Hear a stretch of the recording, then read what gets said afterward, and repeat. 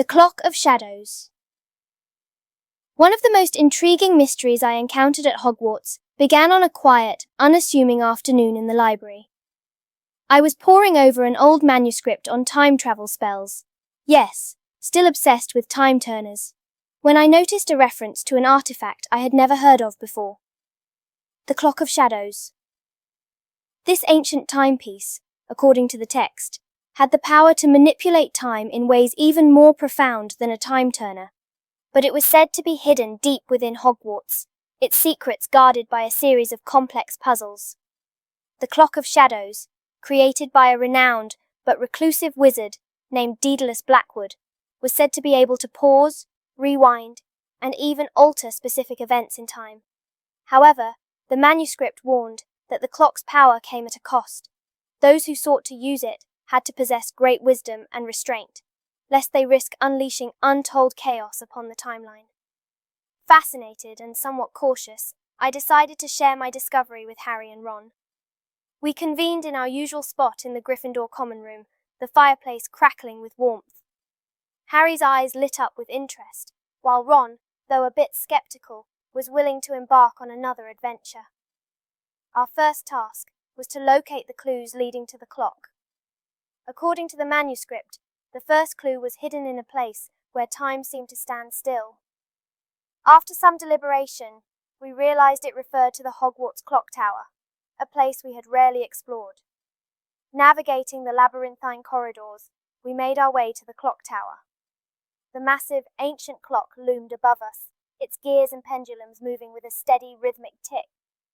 As we searched the room, we found a hidden compartment behind one of the gears.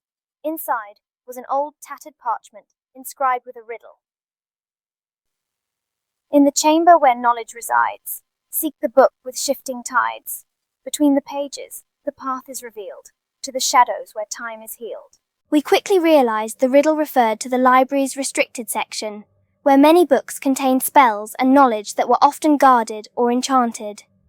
With a sense of urgency, we hurried to the library. Under the watchful eye of Madame Pince, we slipped into the restricted section and began searching for the book with shifting tides. After what felt like an eternity, we found it. An ancient, leather-bound tome titled The Ocean of Time. As I opened the book, the pages began to shift and ripple like water, revealing a hidden compartment within. Inside was another piece of parchment, this one detailing a spell to reveal hidden doorways. Using the spell, we discovered a concealed door in the back of the restricted section. The door led to a spiral staircase that descended deep into the bowels of the castle. As we ventured down, the air grew cooler, and the walls were lined with old, flickering torches. At the bottom of the staircase, we found ourselves in a vast, dimly lit chamber. In the center stood the Clock of Shadows. The clock was an exquisite piece of craftsmanship, made of dark, polished wood and adorned with intricate silver runes. Its hands moved in an erratic, almost hypnotic pattern, casting strange, shifting shadows on the walls. Approaching the clock, we felt a sense of awe and trepidation.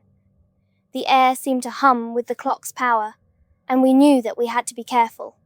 Inscribed on the base of the clock was another riddle.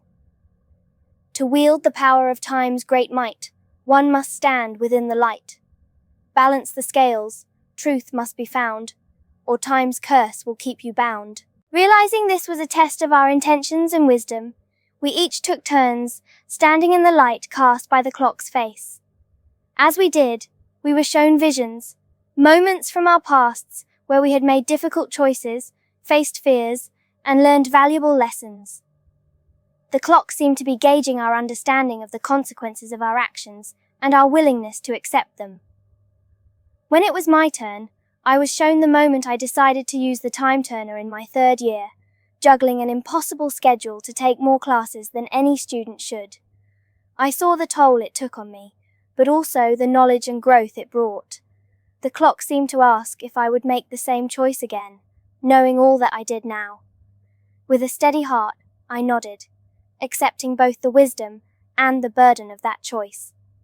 Having passed the test, the clock's hands began to glow, and the erratic movement ceased. a hidden compartment opened, revealing an hourglass filled with shimmering, silvery sand. The clock of shadows had acknowledged our understanding and granted us its power, but we knew we had to use it wisely. We returned to the common room, the hourglass safely in our possession. Over the following weeks, we studied its properties, learning how to use its power sparingly and with great caution.